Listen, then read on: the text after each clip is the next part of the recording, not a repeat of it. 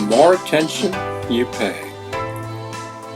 One of my favorite mottos is the following: the more attention you pay to something, the more attention it pays to you. Most of us live our lives 24 hours a day and only focus externally. We never think, what is the purpose of life? We simply just go on living life as usual. At some point in your life, you realize it is transitory, it is impermanent.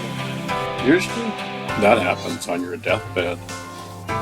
The wise man prepares for his death. Even long before he dies, he realizes that life and death are the same things. Physical death is a rebirth and going back home.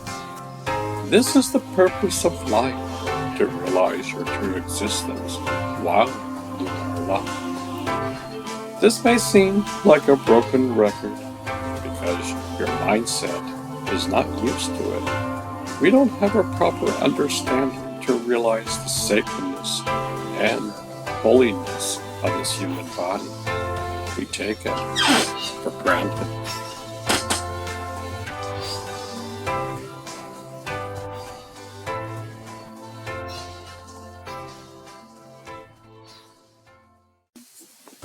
The rare gift of human life, asking life's essential questions, by Aglandra Leahard Das. In their activities and interests, humans and animals have several characteristics in common. Animals eat. Human beings also have to eat. Animals sleep. Human beings also need sleep. Humans have sex to procreate. Animals also have sex. Animals defend themselves, they fight. Human beings also have to defend themselves. Despite the similarities, there is a fundamental difference between human beings and animals. What is that difference? The distinction between the human form of life and the animal form of life is not that animals sleep on beds and animals sleep on the ground. It's not that humans walk on 2 legs and many animals walk on 4 legs. It's not that humans eat at a dining table with utensils and napkins, where animals just eat with their mouth on the ground in some way. Humans are not meant to simply be refined animals. There is a much deeper and more meaningful difference between humans and animals.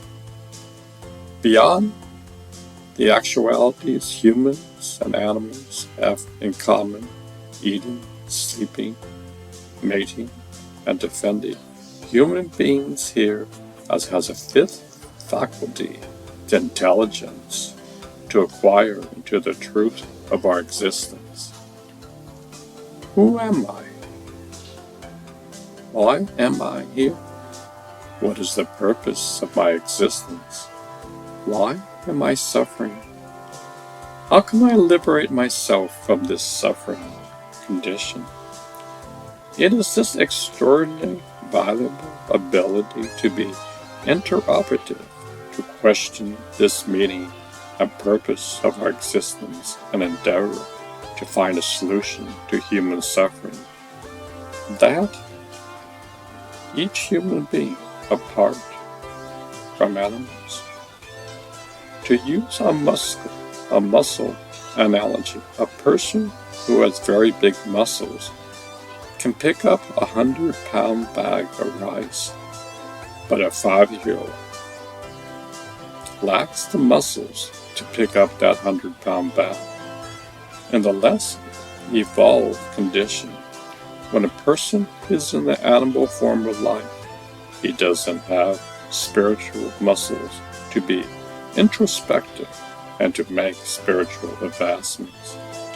If a person is born in a human form of life, but doesn't use that spiritual muscle, doesn't take advantage of the opportunity to find answers to his identity and make spiritual advancements, then his muscles are weak. As human beings, we have the opportunity to use our intelligence to seek answers to essential questions such as who am I and what is the purpose of life? If we don't use the human form of life to seek answers to these all important questions, if we simply remain preoccupied with eating, sleeping, mating, and defending, then we will have wasted the opportunity inherent in the human form to realize our true identity and purpose and activate genuine spiritual happiness.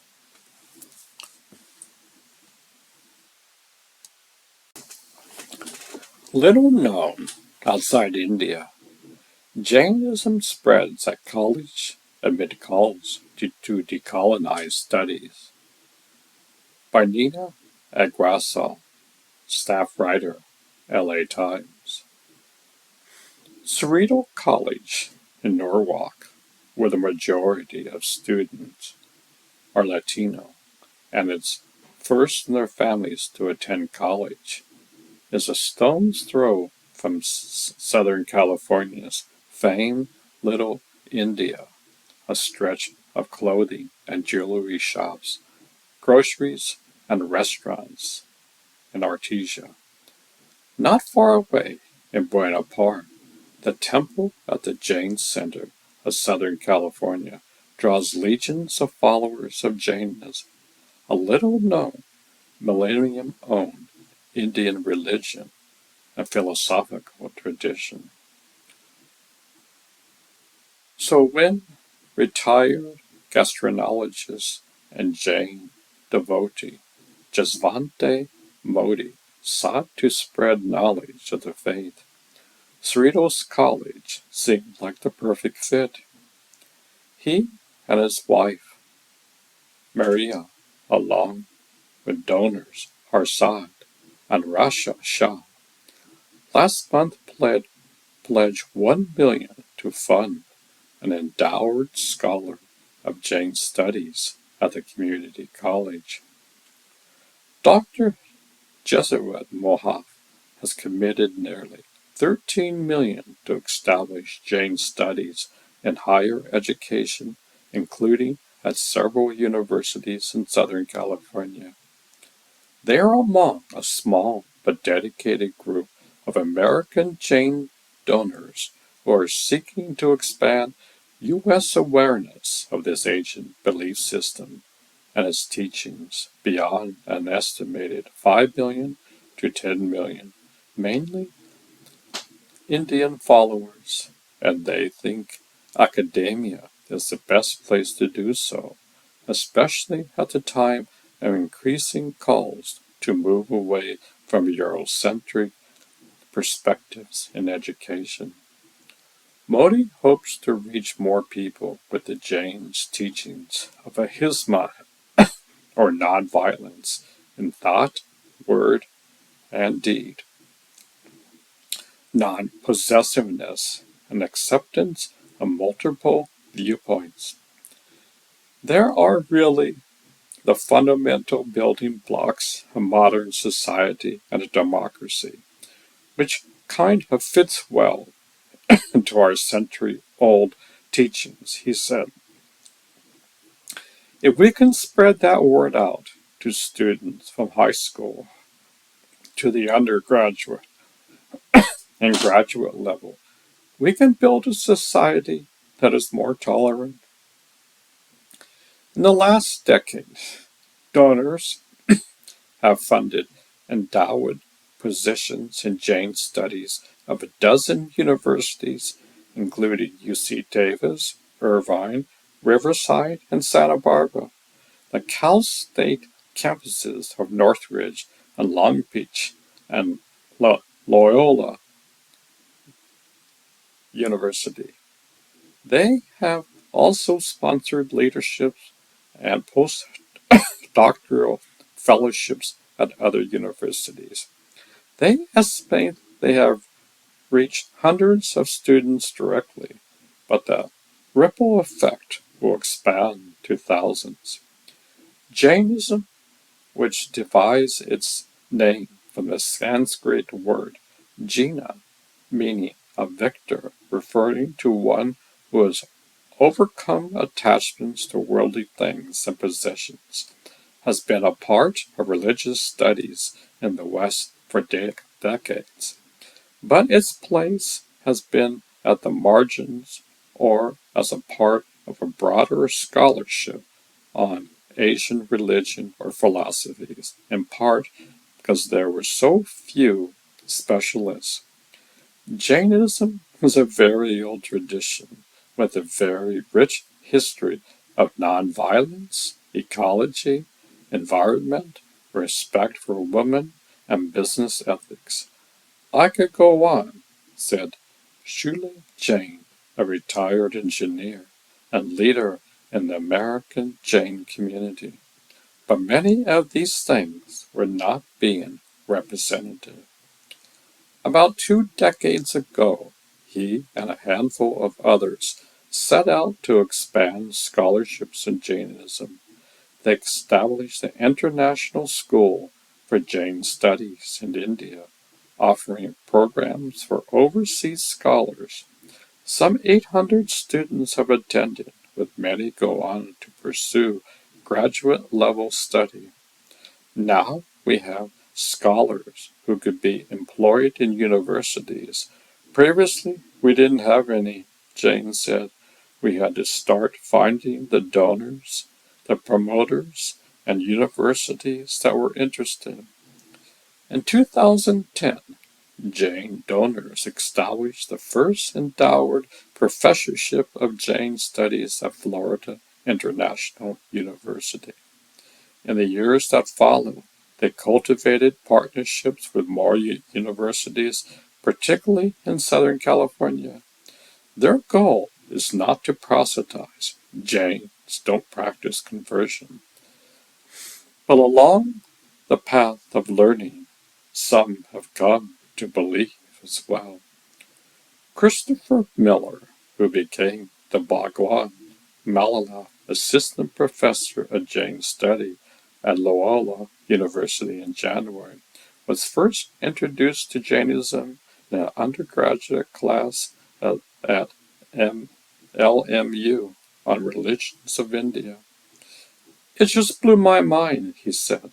The idea of being nonviolent, not just to other human beings, but to all forms of life, was so new and fascinating to me. Miller, who was studying accounting, went on to earn a doctorate in religious studies and now teaches about Jainism and yoga. To implement nonviolence in his own life, he became a vegan and stopped killing ants and spiders that invaded his home. He grows his own vegetables without pesticides and drives an electric car to minimize harm to the environment. And his family scaled back their consumption, foregoing furniture and sleeping on mattresses on the floor.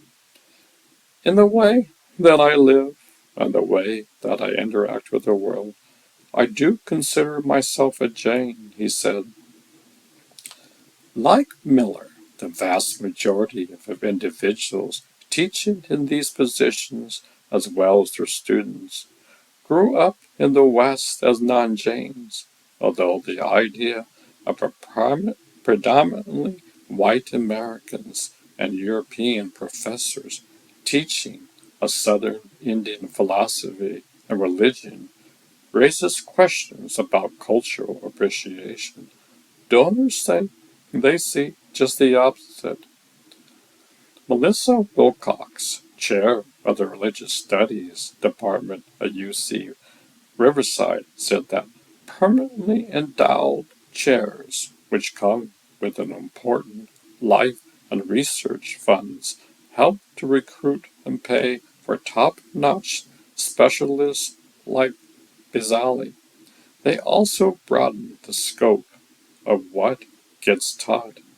Religious studies departments tend to focus on the big five religions of Christianity, Judaism, Islam, Hinduism, and Buddhism, Wilcox said.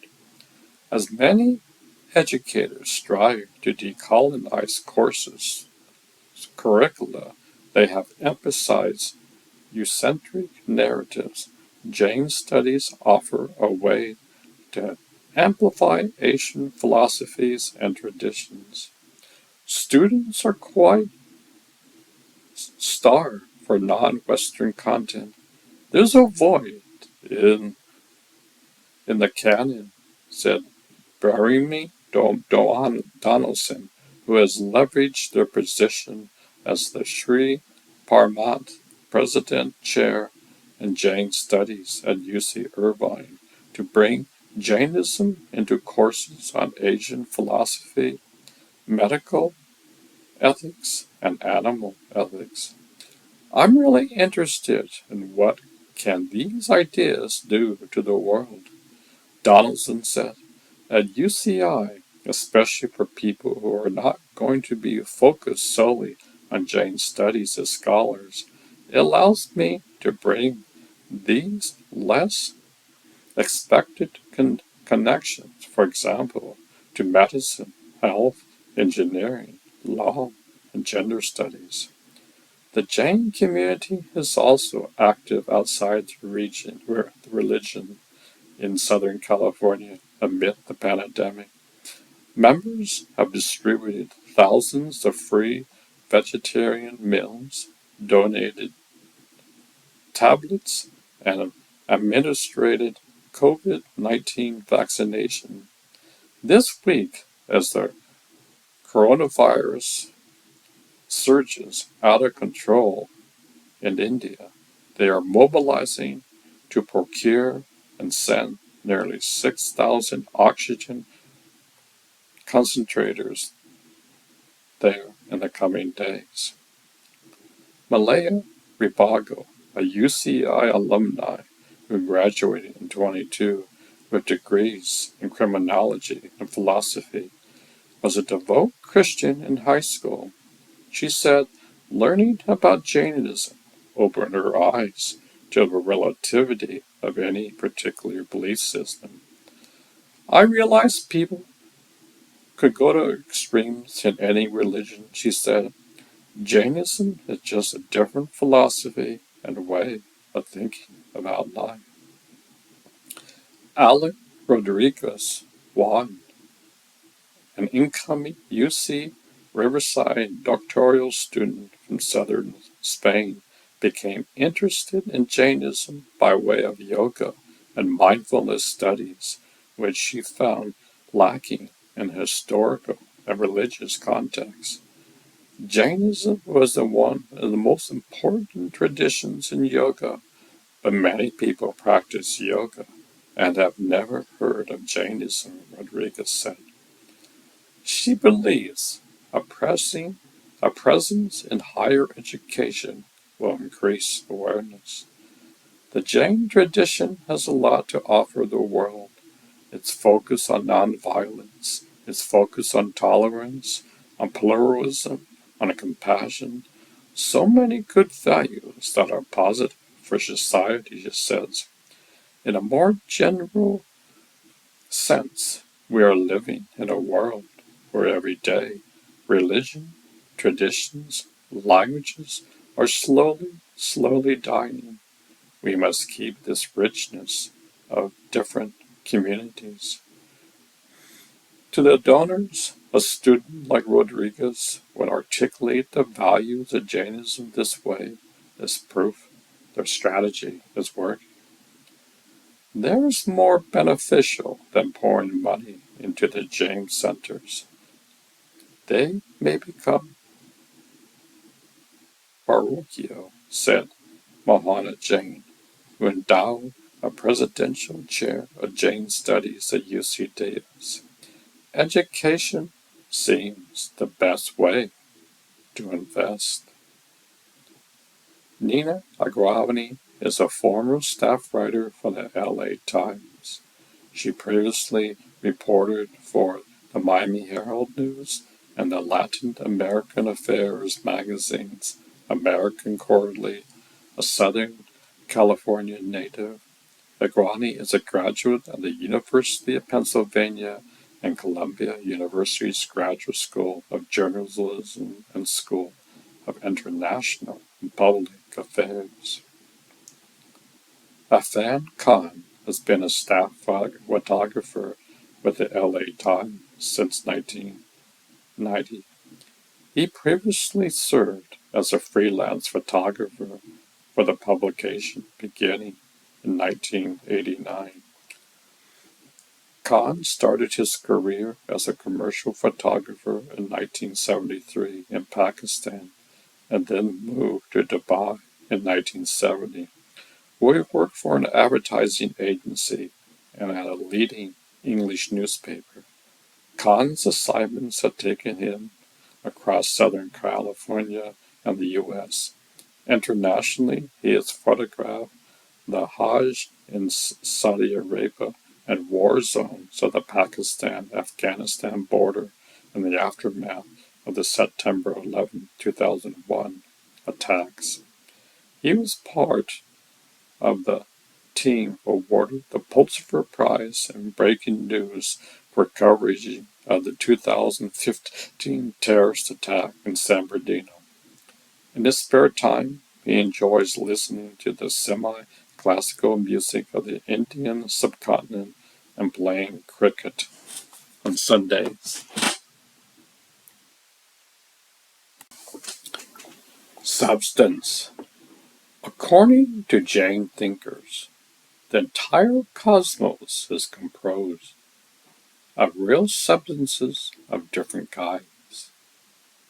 This, the universe, has neither any beginning nor any end.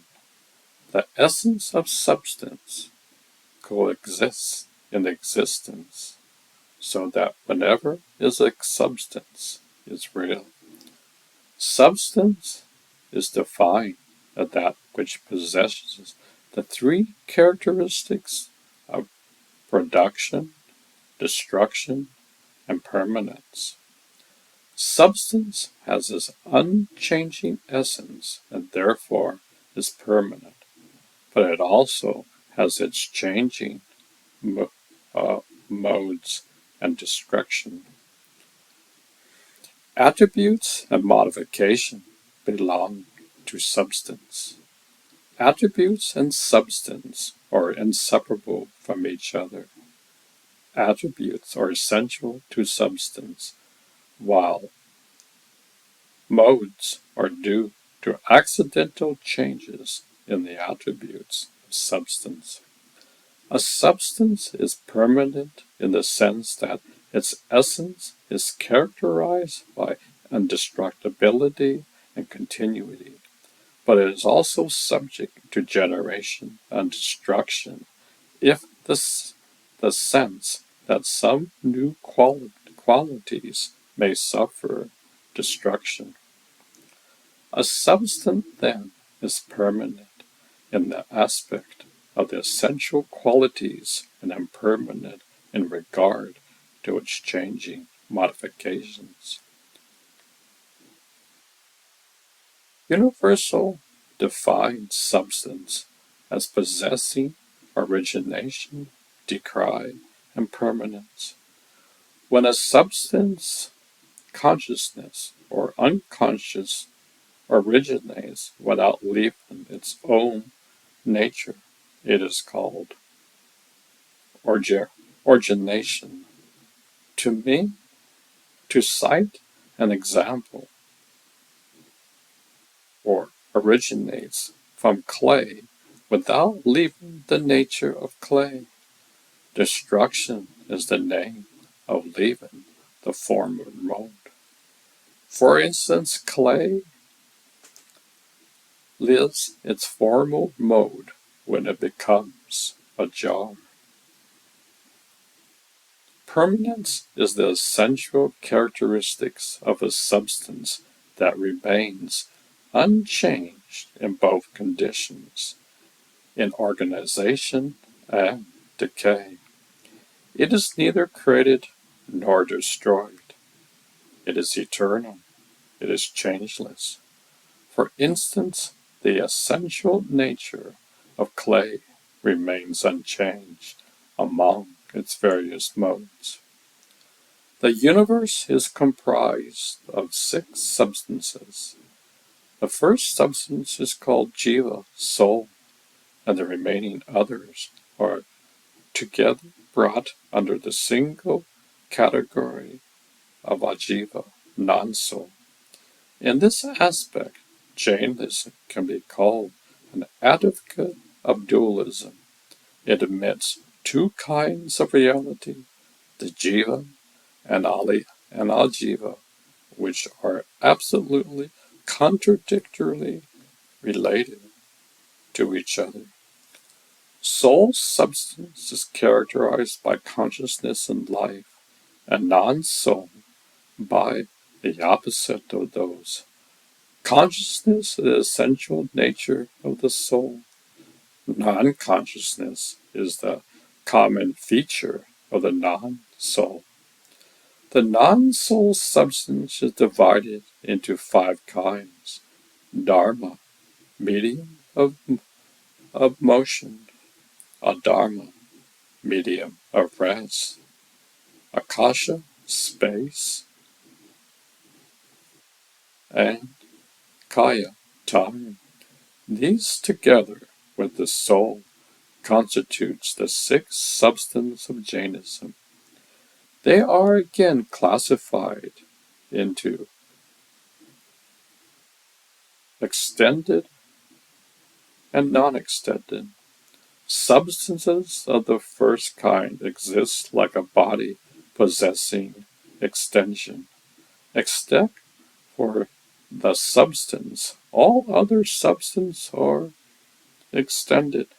Time is not an extended substance. Again, pergola alone has a form. All other substances are formless.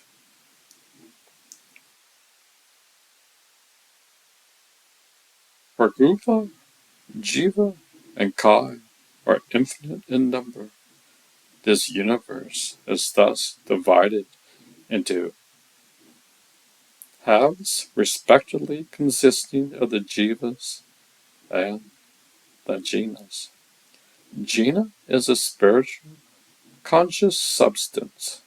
It is spiritual in the same that it is immaterial, incorporeal, and formless, and distinct from the body and the senses organs. It is coexistent with the body, which it occupies. It is endowed with the capability of knowing, feeling, and acting, and is characterized by consciousness, a quality that distinguishes it from all other non-soul substance. It is an agent of action. All other substances back this capability of action. As an agent of action, the jiva is possessed of freedom of will. The jiva, endowed with the freedom of will, is capable to choose either pain of bondage or part of emancipation. Jainism believes in the plurality of souls. Jivas are many. Dharma is the principle of motion. It is not used in the sense of religion merit, moral output. This evaluated word is used in the most unusual sense of the impenetrable medium of motion of matter as well as the soul. It is an ongoing reality, a commitment of the physical universe, but it does not make the spiritual and the material substance above. On the contrary, These movements of themselves, Dharma is only the medium of their motion, just as water is the medium of the movement of the fish. While it does not move, it provides the movement medium for the substances that have the capability of moving. It is not only devoid of motion, but is also lacking in all its sensible qualities such as color, taste, smell, etc. Dharma is thus the unitary, incorporated, unpenetrable, unmovable, all-pervasive, and continuous medium of motion. Medium or rest is the counterpart of Dharma. It serves as the auxiliary cause of rest. This word is also detached from its usual moral or religious significance and is taken to mean the supporter, the helping condition of the rest of stationary things as well as things in motion. Even though it is the opposite of Dharma, Adharma has the same characteristics of Dharma. It's unitarily, eternal, formless, immobile, coextensive with mundane space, and hence all-pervasive, simple, and not atomic, but impenetrable, being devoid of sensible qualities. The only difference between Dharma and Adharma then consists in that, whereas the former is the auxiliary condition of motion, the latter is the similar condition for rest. Akasha, space, is that in which all things exist. It is eternal, all-pervasive, and without form. It is a relative substance consisting of infinite units called Paryushan. Space is divided into mundane space, lokasa, in which all jivas, all material objects, dharma, adharma, and kola exist, and supermundane space, space beyond the world in which there exists no soul, no matter, neither dharma nor adharma, and no time. It is space par excellence, being completely devoid of any content.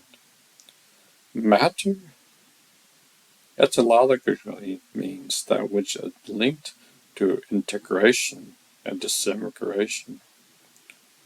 Matter is a substance which alone undergoes modification by combinations and dissections. This process of integration, disintegration, does not occur in the other substance. It is of the non-spiritual substance which are extended, and as an extended substance it has form or shape. It has color, touch, smell, and taste. It exists in either of the two forms, in the form of atoms and from the form of aggregates or mass of atoms. Atoms are invisible and concealed elements of matter. Matter is the opposite. Mass form is the result of the combination or integration of atoms. It is capable of modification and so is subject to increase and decrease, growth or decay. Atoms have only unmanifest qualities of color, touch, smell, and taste, while the aggregates of atoms have all these four qualities: and sound, as well as the qualities of hardness, softness, heaviness, etc. Atoms have no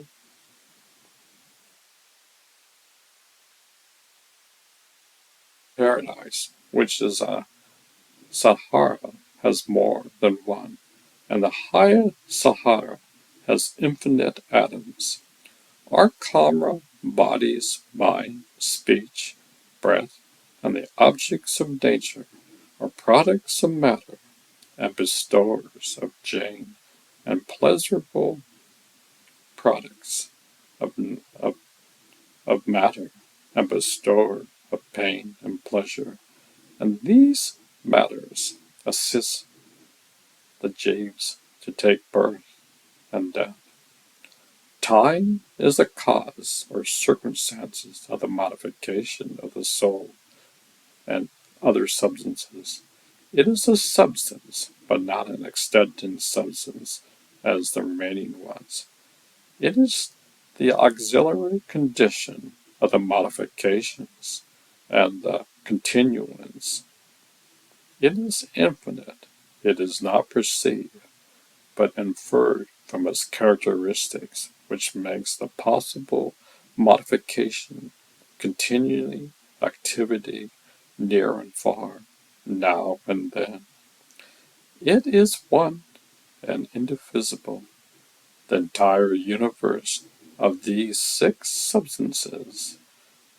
The correlation and the classification of substances of Jana makes it very clear that the universe cannot be explained with the help of spirit alone, or matter alone, or both spirit and matter. The explanation of the universe demands admission of the reality of its spirit and the matter on the one hand, and several other items, including space and time and the media of motion and rest.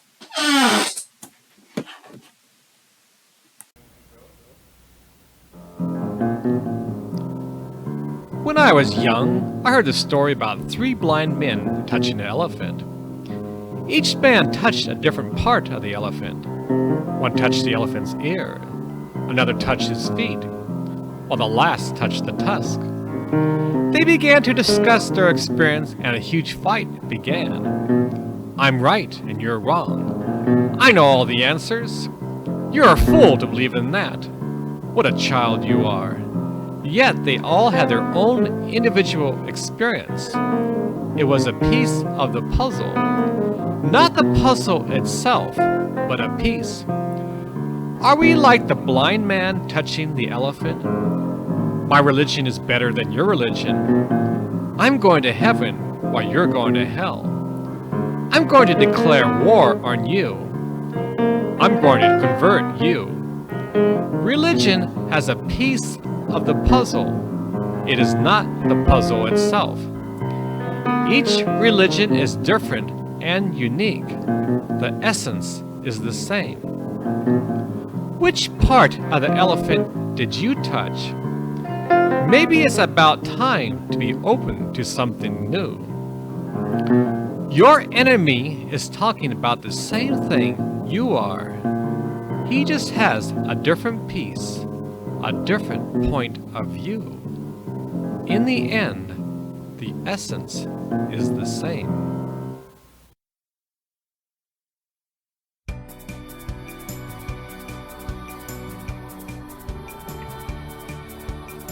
We are all cosmic travelers.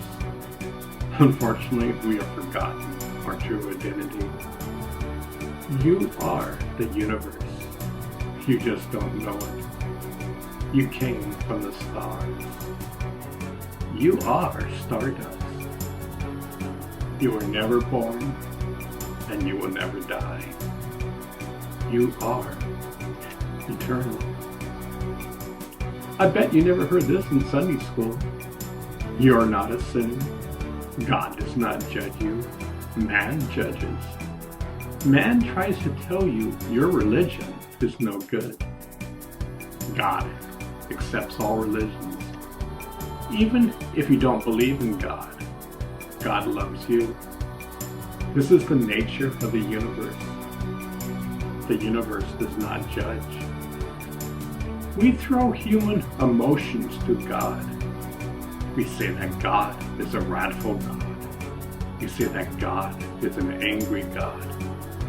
These are negative human emotions thrown to God. God is a love so pure that nothing can taint it. The creative force knows only love. No negativity exists there. There are no wars in heaven. There are no fallen angels. Well, maybe you can put man in that category. We come down to earth to discover our true nature. When our body dies, we go back to God. We are not born sinners. God does not judge us. Yet, we should learn from our mistakes. This is our goal in life, gaining wisdom from your mistakes. We will never stop learning and growing. You have been around forever. Don't get stuck in the same record groove where you do the same thing over and over again. Maybe the spiritual path is so practical that we can't see the use of it. Imagine seeing this world through a peephole. You can see the world, but your sight is limited. Your way of thinking is limited. Now imagine walking through the door and out into this world. At first, you would be blinded by the light. Over time, your eyes would adjust, and you would then see the world more clearly. All the great masters have talked about this in their own ways. Spirituality is living a practical life. The Buddhists say, chop wood, carry water. This would change if we lived up to this responsibility. We all have a piece of the puzzle. Discover your piece and put it on the game of life. We are cosmic travelers.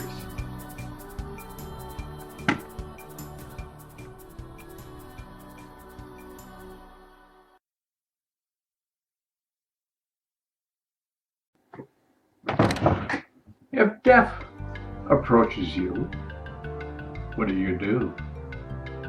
Now, good old Bugs Bunny might say, don't take life so seriously. You will never get out of it alive. It's not a question of if, but when. Re-roll the dice in our life. I remember being young and riding a razor's edge when surfing a huge wave. If you fell, you were in for your worst nightmare. Imagine being held underwater for what seems to be an eternity. At times, you may be held down for 2 ways. At that time, you really are aware of how precious your breath is. You mustn't panic. You must let go and totally relax. I think that surfing and meditation teaches one about death. All surfers at one time or another get into a circumstance bordering between life and death. It can go either way. Yet the surfer keeps on surfing. Not all. In the 60s, a famous surfer named Greg Knoll took off in a way that nobody should ever take off on. He was the wave of the century. He didn't make the wave, but he made the drop. He got him obliterated. Greg made it to shore and gave up surfing. I probably would have too. He escaped the lion's den. Surfing brings one to the borderline of life and death. If you're not a surfer, it's hard to describe. Your awareness changes over time. Meditation is just like surfing, only you catch the wave inside. Meditation brings one to the same state of being borderline between life and death. Life and death are only one breath away. Life and death are intertwined. Ask a surfer and a meditator. They will tell you they're almost one and the same. In reality, we never die. The body does. Yet our soul is eternal and timeless. You are the universe. Death unites you back to your true state. This is your true nature. A surfer rides the wave and feels the harmony of the universe. He can't truly express it, yet he goes on surfing forever. I have been meditating for many moons. Surfing and meditating are both ways to truly capture the wave of life. Your respect for life is enhanced. When you are brought to a life and death situation, your perspective changes. Somehow, you see how precious life is. Maybe that's what it's all about. Gratitude of being alive fuses into your being. Wow, I'm alive. Who am I? Who am I? Man has been asking this question for thousands of years. Yet are we getting closer to answering this question? All the wise ones from the past said the answer lies inside. I say this a lot. You are the universe. You just don't know it. Many people roll their eyes when I say this. Michio Kaku said the following. In string theory, all particles are vibrations on a tiny rubber band. Physics is the harmonics on the string. Chemistry is the melodies we play on vibrating strings. The universe is a symphony of strings, and the mind of God is cosmic music resonating in 11-dimensional hyperspace. I love this example from Paramahansa Yogananda. Another time, I was sitting in the movie theater watching a movie on a screen, and then I looked into the projection booth. I saw that the projectionist was not interested in the movie because he has seen it over and over again. Instead, he was reading a book. The projector was doing its job. There was the sound, and the beam of light was causing realistic images on the screen. And there was the audience, caught up in the drama. Now the wise men of old and the quantum scientists are both talking about the same thing. But there's a huge difference. The quantum scientist looks external, while the wise man looks within. The sages throughout time would talk about our true nature, yet the majority of people roll their eyes when hearing about this. This book goes through all sorts of angles for you to ask yourself these basic questions about life. If you try to have your heart open, we are thinking outside of our box. There is a part of you the heart knows when love wants to open the door inside of you.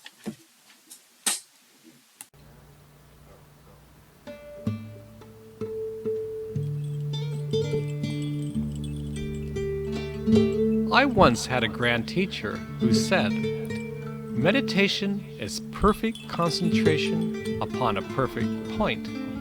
How elegantly said. Imagine the mind is like a tuning fork. Whatever it touches, it vibrates at that frequency. Have you ever felt that material happiness is finite? Imagine the car you've always dreamed of, a yellow Ferrari. In the beginning, it brings you so much joy. You take all your friends around the block for a spin. Day and night, you are satisfied. One day, you notice that a little dissatisfaction has entered your door. Day by day, your yellow Ferrari becomes a hassle. How many times to the shop? I need an oil change. My brakes need changing. The transmission just went out. Everything material wears out. Material happiness will soon lead to pain. Does this mean we can't enjoy the comforts of life? Do we have to live a life of a hermit? How can we live in this world and live in absolute joy? Meditation brings the individual to the center of the hurricane. The winds of change are blowing, yet perfect calm resides inside. This is your true state. Absolute joy, total bliss. Your mind is vibrating with the word of life.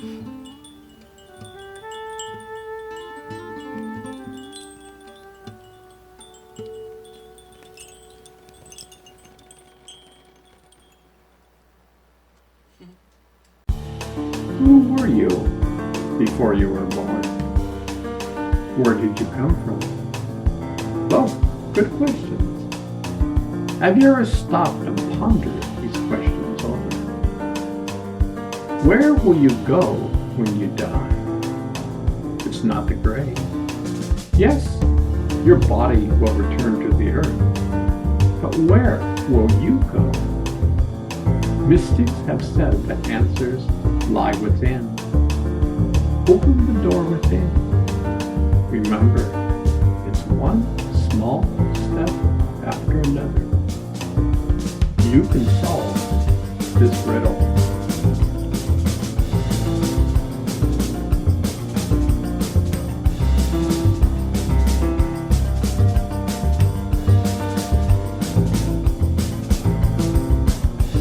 When I was young, I was scared of the dark. I had good reasons too. I was in 5th grade collecting paper route money when it was dark. I was walking down the street when some man was hiding in the bushes and he yelled, "Hey kid, come here." I ran away as fast as I could. From then on, I was traumatized. I was scared even to take out the trash at night. My mind will always remind me of the incident. When I was 18 years old, I aspired to travel around the world. How could I do that if I was afraid of the dark? Good question. To make a long story short, I had to overcome my fears. Years later, I loved the dark.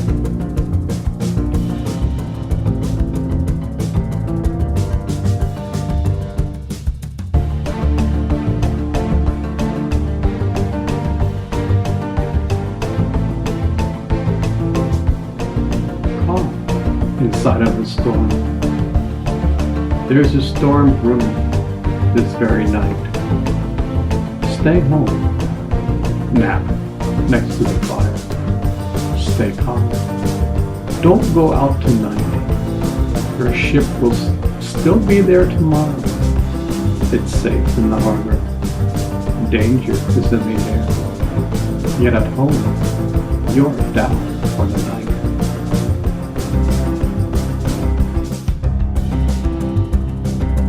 How is it we are strangers to ourselves? We have forgotten who we truly are. We think we are only this body, and yet we are the universe. We are strangers to ourselves. No wonder at times we feel so alone. The universe is watching over us while we are oblivious to it. We are the universe. We just don't know it.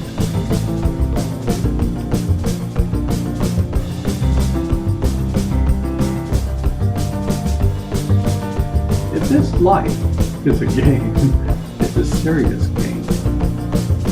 Are we dealt cards in our life? Is this a game of poker?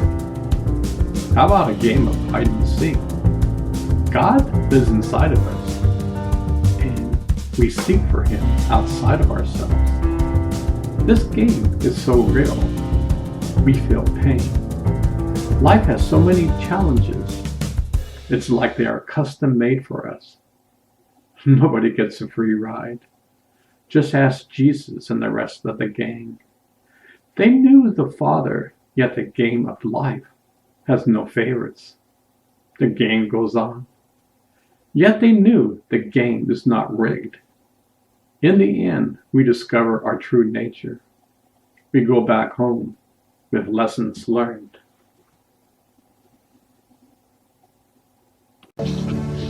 You are your own creator. You create your own destiny. The actions you take and the words you speak will create the world you live in. You can't blame others in this game of life. You must take responsibility. We must learn to become mature. We can learn from our mistakes. We can transform our negativity. The power exists inside of you. You are the universe. All wisdom lies inside. You are truly wise. Discover this essence inside.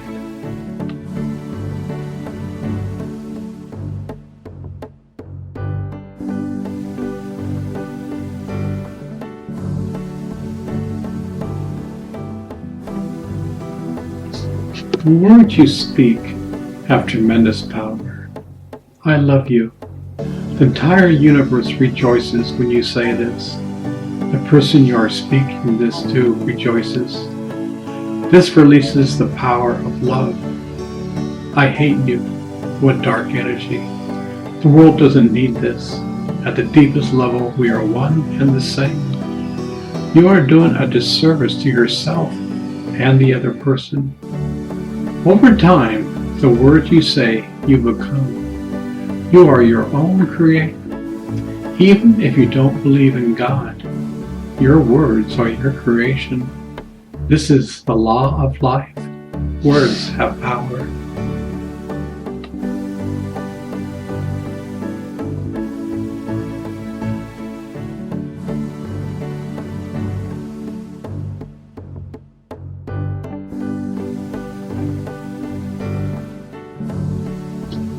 I love President Obama. In my eyes, he did an incredible job. Many of my friends despised him. To be truthful, I think they are racist. I feel that Obama put his body, mind, heart, and soul into his job. He had to make many difficult decisions. He got a lot done despite Congress saying they would go against him all along the way. They complained when he used executive orders. How else do you think he could get his job done? The Republicans criticized him every step of the way. He and his wife kept their composure. There were no scandals on board his watch. I feel he was a man of dignity. Time will tell what Americans think.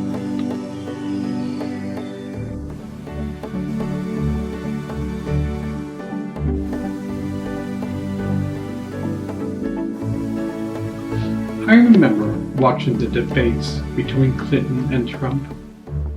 At one point, Donald said on live TV the following.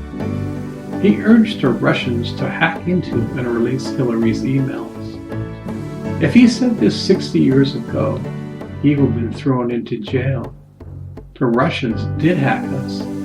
The CIA, FBI, and all the intelligence agencies said the Russians did the hack.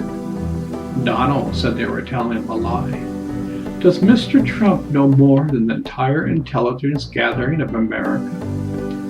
He refuses to receive his daily briefings. It takes time away from his affairs. Yet, you are the president. This is your new job. The world changes hour by hour. You need to know and respond moment by moment. Your job is not a walk in the park. Only time will tell what you did during your presidency.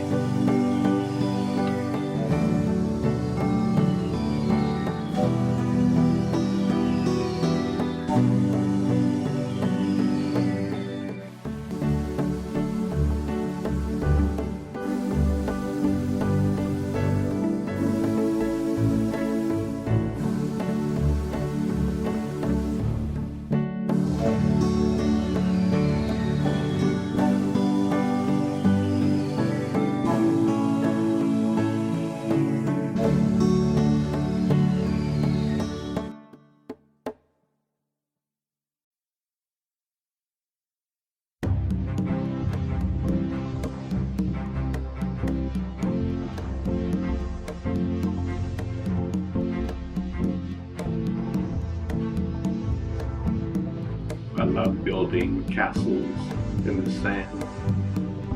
I remember building them when the tide was low. It was so much fun. We had our buckets of water and sand. We were never very good like what they can do today.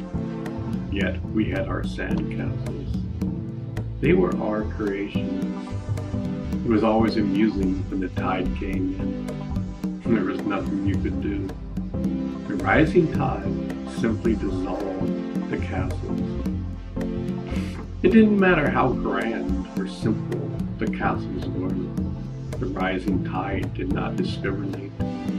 The tides always came in, and the tides always returned. Doesn't that kind of represent the tides of life? We come into this world, we live and build our own statues.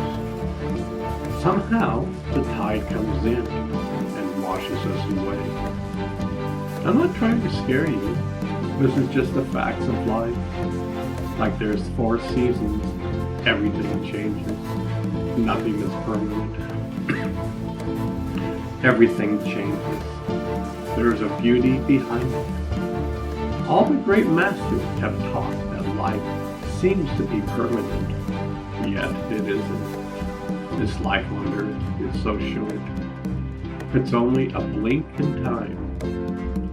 I remember when I was young, my illusion of time was that time was slow. Summers lasted forever. Now at 64, summers just fly by. The years just fly by. At times I look back and say, what happened? Where did time go? This life is so precious. Yet the great masters have said, hold on to the jewel within. Go inside and discover your true nature. Your true essence is timeless. You were never created, nor will you ever be destroyed. Life is eternal. I remember when I was a kid, I was told that once you die, you no longer existed. You vanished into thin air, never to be seen again. I really didn't like that theory. That was gold to me. I love the idea that there's an ocean of love and we merge into the universe. I love the idea that we are the universe. We just don't know it. That at the time of death, we go back to the source. God does not judge us. God does not condemn us. I like this kind of thinking. In my experience, these words are true. God is our partner. He has never left our side. This is one reason why these poems are created. Hopefully, it will entice you to discover your true nature. What an incredible journey we are on, building sandcastles in the sand. Come and join me, build sandcastles among the stars.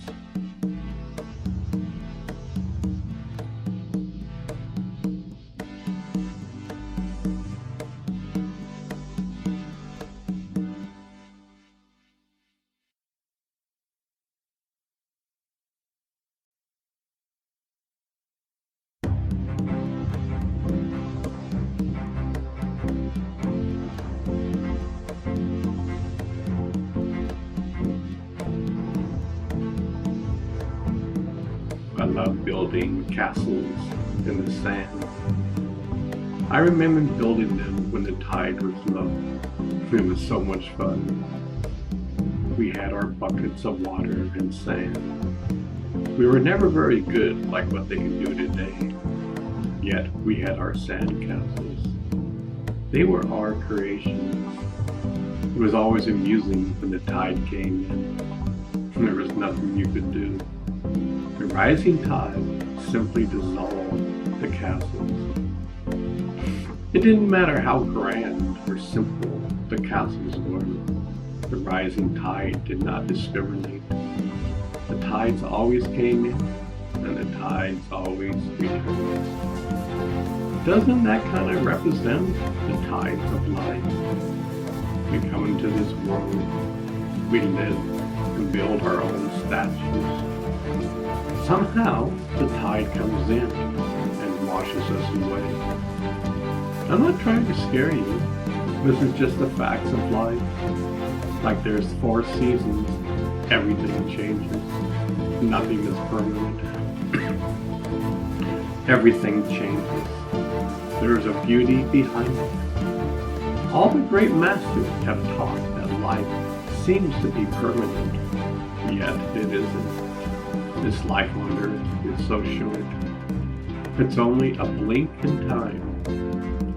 I remember when I was young, my illusion of time was that time was slow.